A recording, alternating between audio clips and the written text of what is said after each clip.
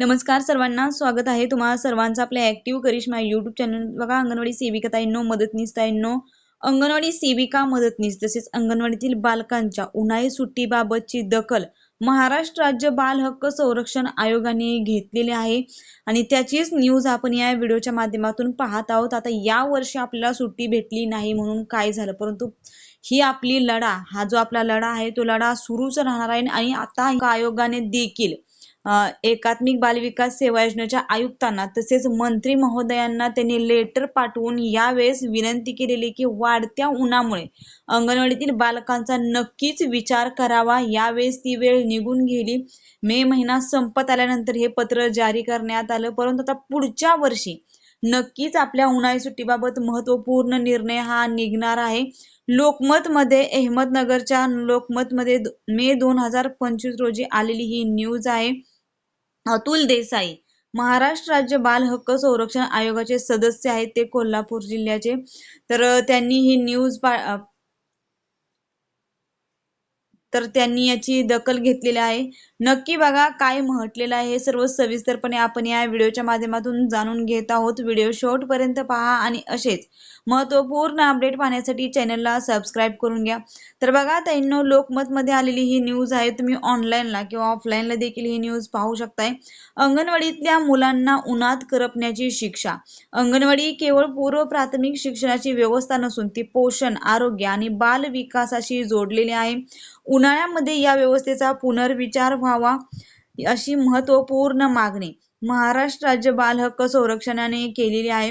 राज्यात सध्या उष्णतेची तीव्र लाट आहे. विदर्भ, मराठवाडा, खानदेशासह अनेक जिल्ह्यांमध्ये तापमान सतत वाढत असून दुपारच्या वेळेत घराबाहेर पडू नये अशी सूचना प्रशासनाकडून वारंवार दिली जात आहे.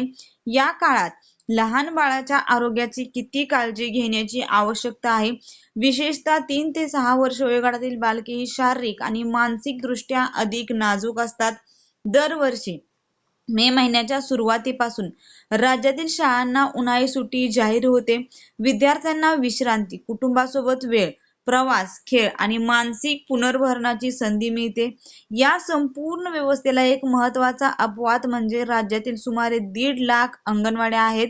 प्राथमिक शाळांना सुट्टी असतानाही अंगणवाड्या मात्र सुरूच असतात. त्यामुळे बाल हक्क, मानसिक आरोग्य, पोषण आणि प्रशासकीय जबाबदारी यांच्यातील समतोलाचा प्रश्न अधिक गुंतागुंतीचा बनलेला आहे.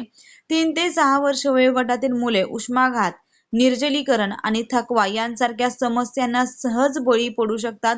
ग्रामीण भागात अनेक अंगणवाड्यांना इमारत, वायुजीवन, पंखे, थंड पिण्याचे पाणी किंवा सुरक्षित खेळाचे वातावरण पुरेसे उपलब्ध असतेच असे नाही. अशा परिस्थितीत मुलांना नियमितपणे अंगणवाडीत बोलवणे ही केवळ प्रशासकीय बाब न राहता आरोग्य आणि बाल सुरक्षेचा प्रश्न ठरतो. उन्हाळ्याची सुट्टी ही केवळ शिक्षणातून विश्रांती नसते, तर तो बालकांच्या भावनिक आणि सामाजिक विकासाचा महत्वाचा भाग असतो. मोठी भावंडे शाळेला सुट्टी लागल्यामुळे मामाच्या गावी जातात, नातेवाईकांकडे मुक्काम करतात किंवा एकत्र वेळ घालवतात.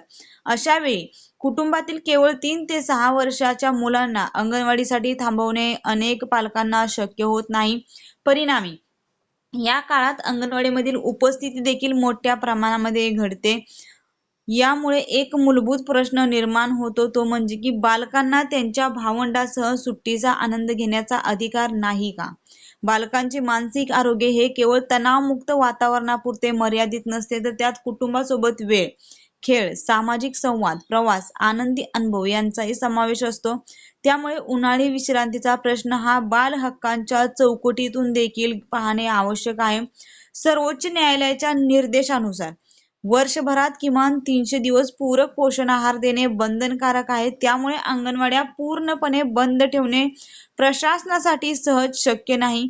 अंगणवाडी ही केवळ पूर्व प्राथमिक शिक्षणाची व्यवस्था नसून ती पोषण, आरोग्य आणि बाल विकासाशी जोडलेली योजना आहे. मात्र या पार्श्वभूमीवर पर्यायी उपायाचा गांभीर्याने विचार होऊ शकतोय. प्राथमिक शाळांप्रमाणे अंगणवाडीतील मुलांनाही मर्यादित उन्हाळी सुट्टी देण्याबाबत सकारात्मक चर्चा होणे आवश्यक आहे.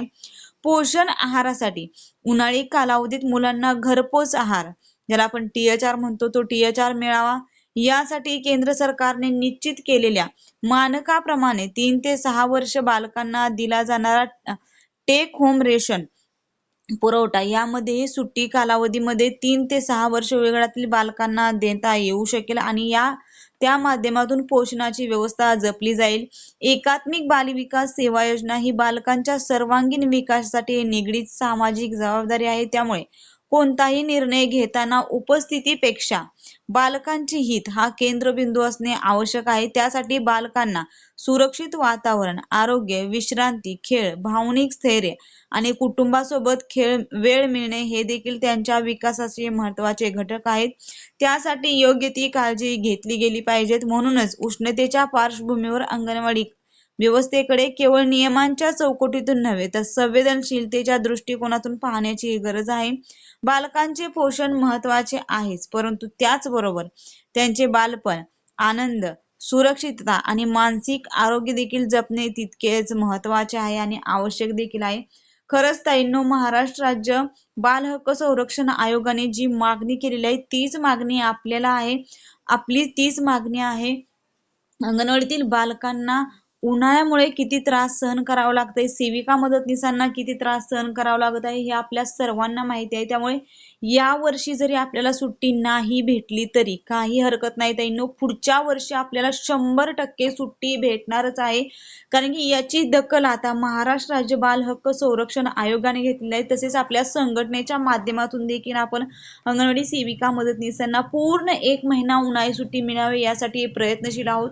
खूपच महत्त्वाचा हा व्हिडिओ आणि ही माहिती आहे ताईंनो. जास्तीत जास्त सेविका ताईंना, मदतनीस ताईंना शेअर करा आणि असेच अंगणवाडीचे नवनवीन अपडेट्स आणि माहिती पाहण्यासाठी चॅनलला सबस्क्राईब करा. व्हिडिओ महत्त्वाचा आहे, व्हिडिओसाठी एक लाईक नक्कीच करा.